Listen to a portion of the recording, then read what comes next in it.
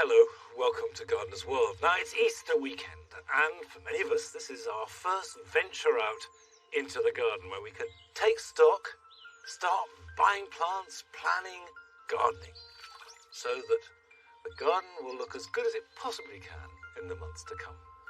Here in the damp at Longmeadow, I have done some work over winter, a bit of pruning, a bit of clearing and digging, but now is the time to start moving plants around, dividing some, putting in new ones, giving this part of Longmeadow a new burst of energy. This week, Rachel visits a garden centre to find out what are the trends this Easter. Viburnums. Been a trend very much for planting herbaceous perennials and wildflowers, and the more naturalistic look. We get a masterclass in looking after one of our most popular houseplants, the orchid. Probably where people go wrong the most is getting the watering balance right. And Jo goes behind the scenes at one of the biggest growers of bedding plants in the country. The thing about bedding is it's fun, it's not very expensive, and you can do anything you want with it.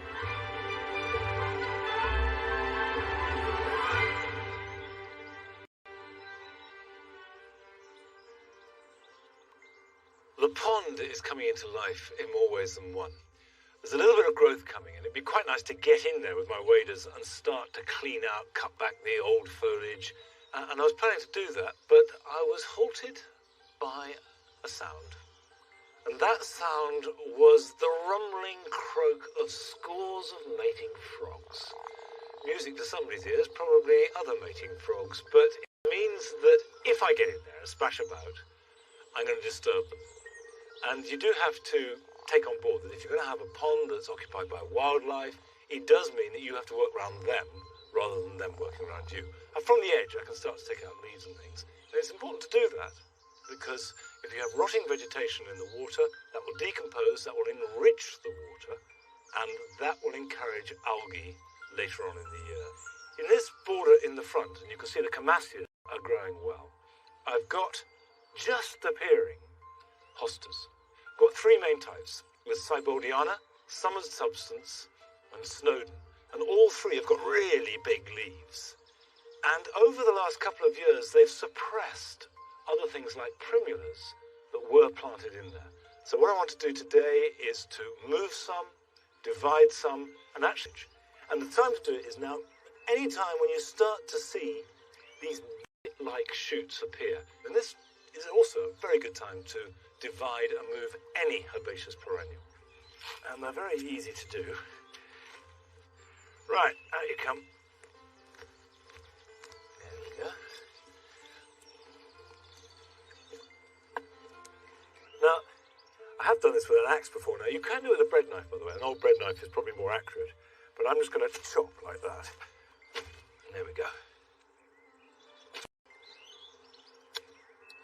And you can see the roots are cut clean. If I replant that, I will get a big, healthy plant. I could divide that easily into two again if I wanted to space them out more. And I've got some compost in here and take them to their new home.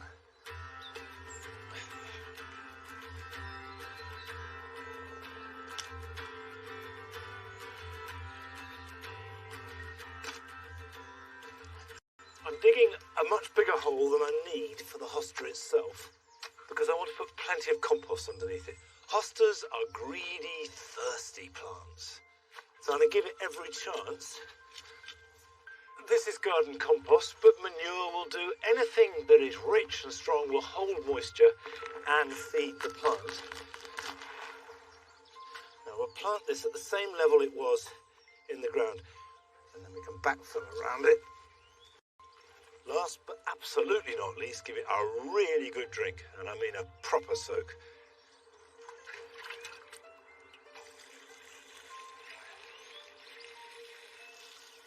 Now, although I haven't had to go shopping for these plants, the truth is that most of us will go shopping for plants at Easter time. Garden centres do a huge trade at this time of year. It's by far and away the busiest commercial period. And Rachel has been to a garden centre in the Cotswolds to see exactly what people are looking for this year.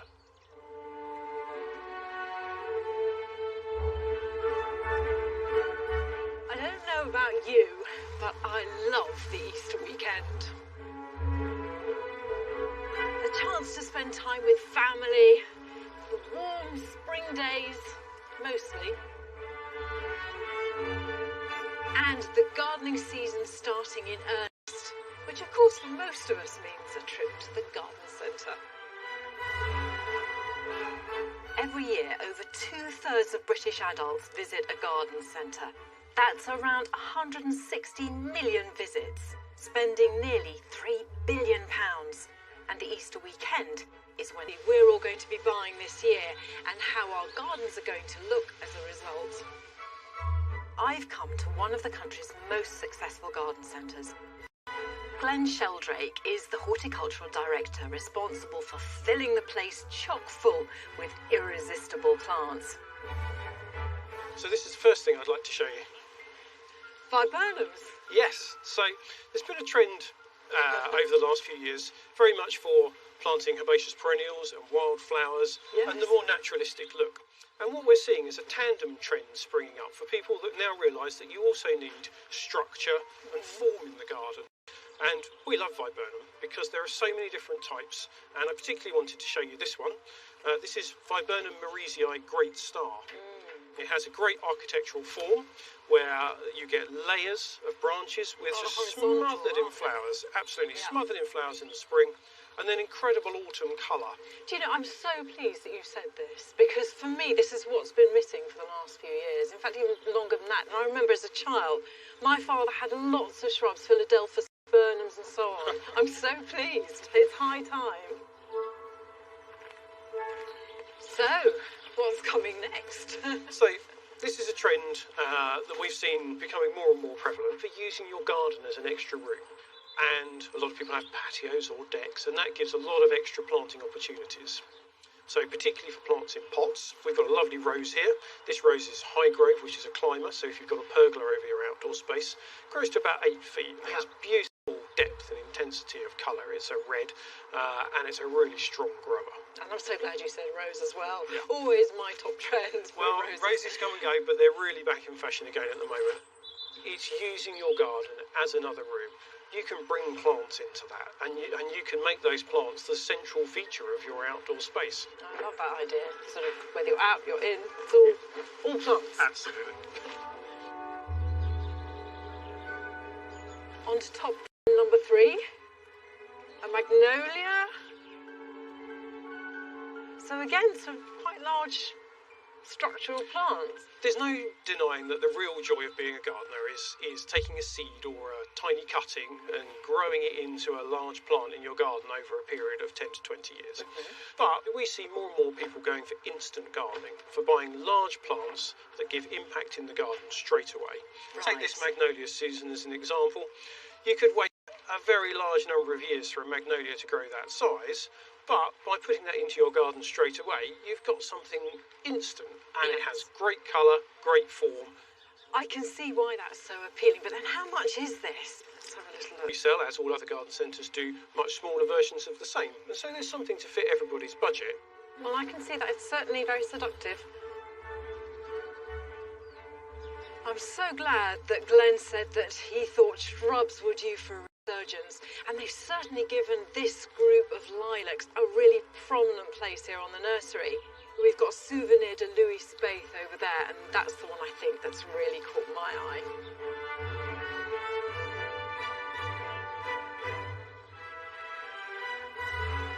Glenn's final tip for what he thinks is going to be really big this year is for plants with instant impact. And just walking around the nursery, it occurred to me that I think the instant impact is also here in these conifers. I love this, for example, this Cryptomeria, and this is £35, and I think that definitely creates instant impact. I'd be happy to have any of these in my garden.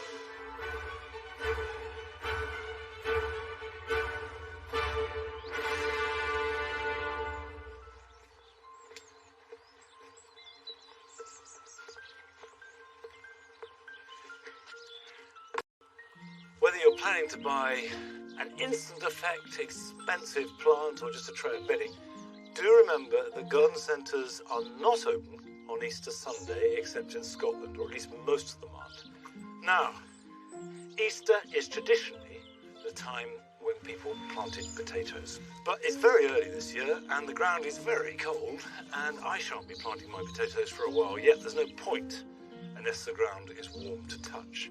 However, you can start by growing some in a container, and if you don't have a garden or an allotment, it's a good way to grow potatoes and be able to have that delicious taste that you just cannot buy of new potatoes freshly harvested.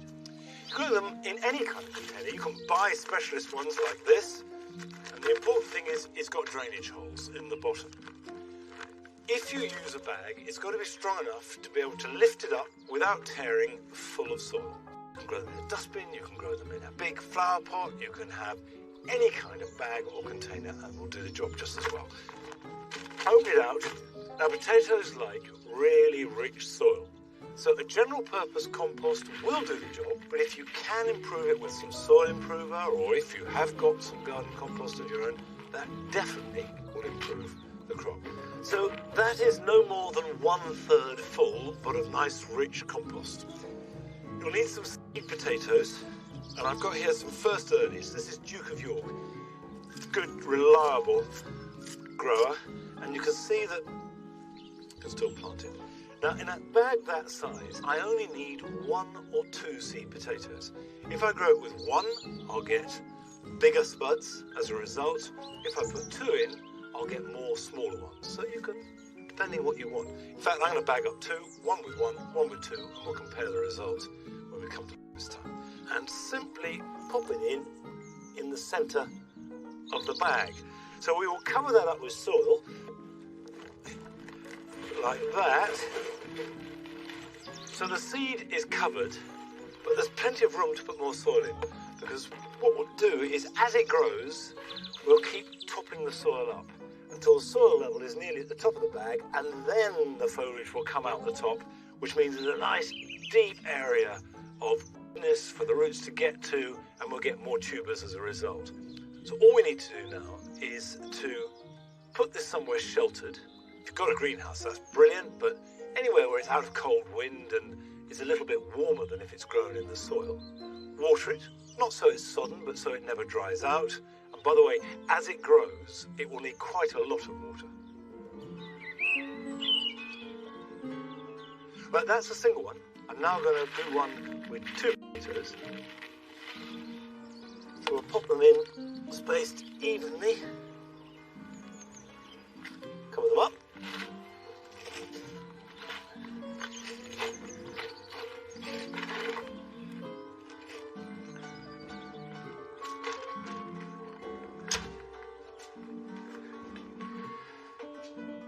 I'll just pop those there for the moment. Give them each a little bit of water.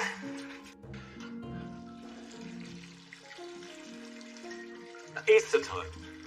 Time to plant potatoes. Time to go shopping for plants. And most people this weekend will be buying bedding.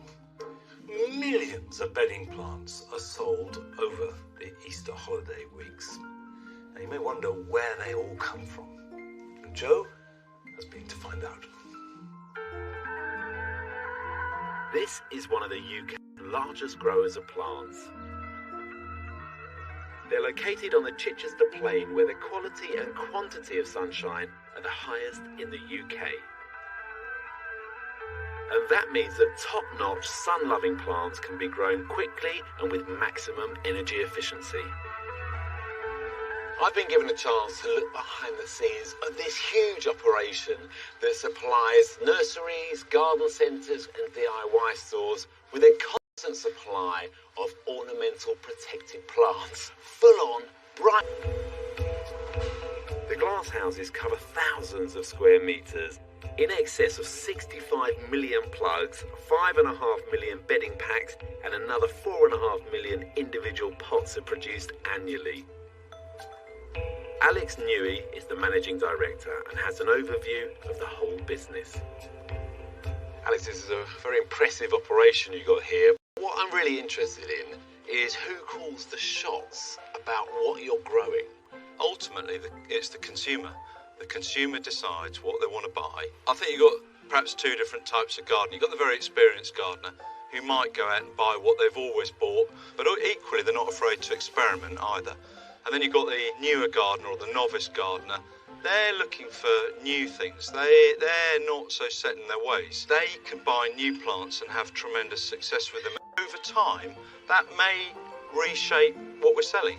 When we put something in the market and it's a new product, it's got to be brilliant. It's got to look fantastic. And it's got to be trendy. It's got to be trendy. Now, hang on a minute. What do you call trendy? Buying a blend of products that looks interesting and different.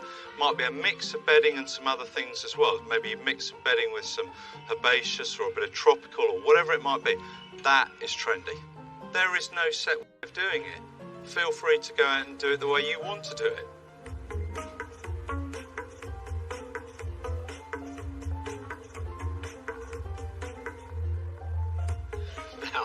I'll have to admit, I am not the biggest fan of bright pink polyanthus. I mean, they're a little bit leery, aren't they? Perhaps a bit too traditional. But they do a great job of greening up our cities, and we'd certainly miss them if they weren't there.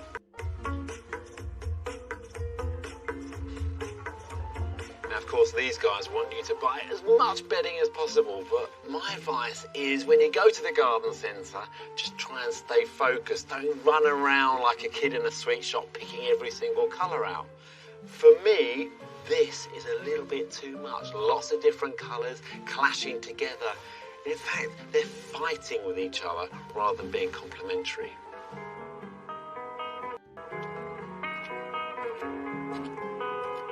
Oh, now this is my sort of thing.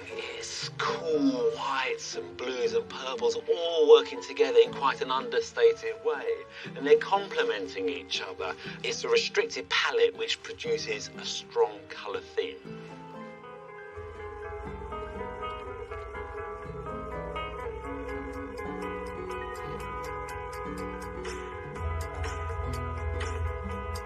And I am not the style police, but my tip to get the most out of them is to pick two opposite colours and keep it quite simple. I mean, look at this blue and the yellow. They intensify each other.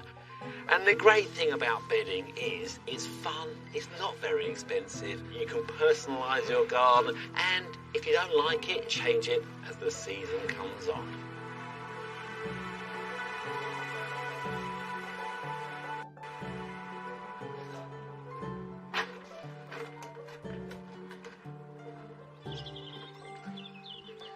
Well, there's no question that whatever you think about mass production of plants, it is incredibly impressive. And people do buy lots and lots of bedding. But not all of it is ready to be put into the garden now, even though it's on sale at your garden centres. Some of the tender plants really suffer terribly and may even die if they go out, even if there isn't a frost. Now, I've got a couple here. I've got some Sophinias and some Calliabracheas. And you can see that they're sold in trays, that sort of size, small plants, perfectly healthy. But that would struggle in our wet, cold soil, particularly if we have some frosts. So I'm going to pot them on.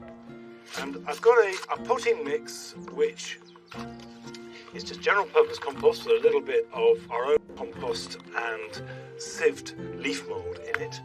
And I just take it out of the container like that.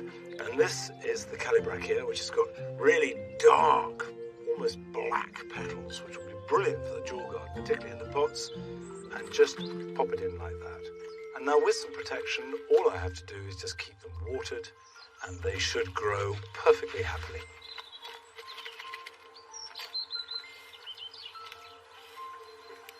So I'm going to pop these in the greenhouse.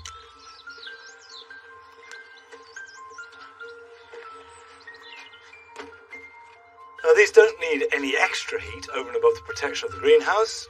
I'll water them in and keep them reasonably watered. And before planting them out, I will make sure that I harden them off for a couple of weeks. These won't be planted out until May at the earliest. Now, even if you don't grow bedding plants, here are some other jobs you can do this weekend. Although it's a good idea to leave the dried stems and seed heads of herbaceous perennials over winter, because that provides cover and food for insects and birds, it's now time to cut them back and remove everything, exposing. Dahlia tubers are on sale now, but they do sell out quickly, so it's worth buying them now and make sure that you get nice, plump, firm tubers. Put them into a pot with plenty of potting compost, water them well, and put them somewhere protected to grow into young plants, which can then be put into their final position after the last frost. Easter is when many of us get the mower out and cut the grass for the first time. Resist the temptation to cut too hard too soon. Lift up the blades on your mower and just give it a light trim, and repeat this for the next few weeks until the grass is growing strongly. Of all the flowers that are appearing in the garden this spring, none are more exotic than the snake's head fertility, but it is a native. This is a plant of damp meadows, and it loves this part of the spring garden because it floods. And it's called snake's head because you can see that before the flower head opens, it has the shape of a snake's head. And then when it does open, it reveals this amazing checkerboard pattern. Occasionally you get white ones through, and of course they don't have that same pattern. I much prefer the traditional straightforward fritillaria. But if you want real exotica, particularly at this time of year when it's still can be pretty cold, then you need to look at plants that come from the other side of the world. And we went to Burnham Nurseries in Newton Abbot in Devon to see a wonderful collection of orchids.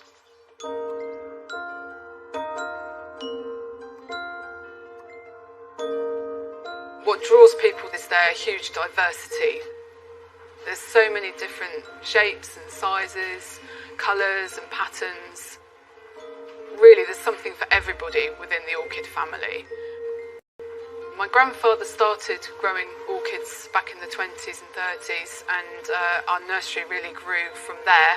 We're now in our third generation of our family to grow the orchids. And we're certainly very passionate about it as a family, yes. Many years ago, the Victorians were growing orchids in their stove houses, on big estates with their gardeners. Modern hybrids are many generations now removed from the original species, and the more you breed with these orchids, you get more hybrid vigour, and that just makes a stronger, easier plant and more free flowering and more colours and more varieties available. Generation after generation, they get that little bit easier to grow. A gift of a beautiful orchid like a phalaenopsis that will flower all the year round and like to live like we do, nice and warm and cosy.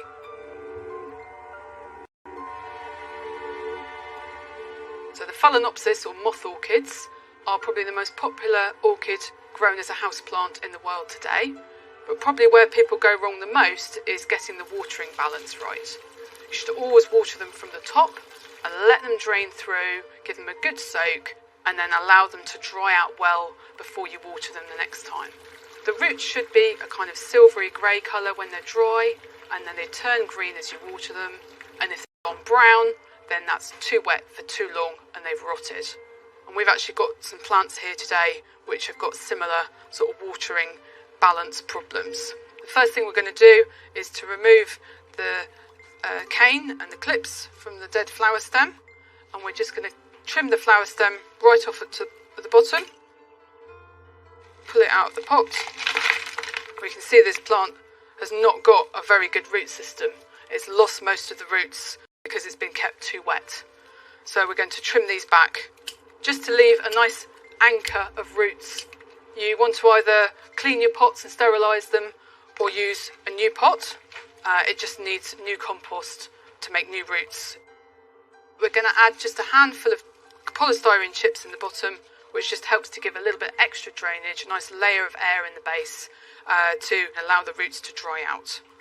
Then we're going to take a nice handful of bark, pop it in the pot, and then centre the plant in the middle of the pot, position it so it's upright, pushing it gently but firmly, top it up with a little bit more, and now we've ended up with the plant just sitting on the surface of the compost, which is just below the rim of the pot. We want to give this a good water now. We also want to spray the plant to encourage new roots to grow, and that humidity is really important. Phalaenopsis are really warm growing, but there's lots of other orchids that you can grow that like it really cool. Like for instance the dendrobiums or the cymbidiums, liking to drop down to about 8 or 10 degrees on a winter's night. That cool drop in the winter helps them to grow well and helps them to come into flower well year after year. They love to stand outdoors in the summer, somewhere shady, somewhere sheltered, out of the bright sun so the leaves don't get burnt, and they'll grow their new leaves all throughout the summer months and then flower again in the winter. These orchids are a little bit different to Phalaenopsis. They have a type of bulb, which we call a pseudobulb. The dendrobium water and food, supporting the plant and giving it the energy to grow more year after year. Each year they make new ones. This one has got new shoots coming here, which is going to make the new tall bulbs, which are going to be the ones produce next year flowers. The old ones never flower again, but they stay on the plant as a food support system, giving the plant the energy to do more growing and more flowering in the future. People don't realise that the orchid family is actually huge. It's the largest group of flowering plants in the world. There's about 30,000 species.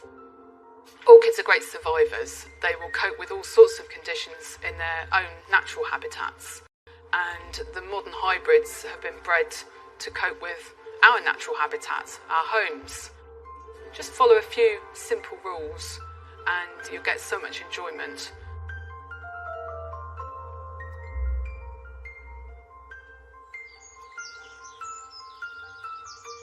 My father always grew an orchid or two on the mantelpiece, I remember, this exotic plant in our house. In fact, I went once to the National Botanic Garden in Singapore, which of course is famously full of thousands of orchids, an amazing sight. But you know, at this time of year, I think nothing captures the spirit of the season better than a daffodil, and my favourite of all those is the wild native daffodil, Narcissus, pseudo-narcissus. I planted the bulbs about 15-20 years ago, and it's just beginning to mass up and looks delicate and yet filled with light. But talking about light, don't forget that the clocks go forward this weekend. So as well as Easter, with the extra day off, we've got extra light to enjoy as well. Have a great time, and I'll see you back here in Longmeadow next week. Till then, bye-bye. Go on, dogs.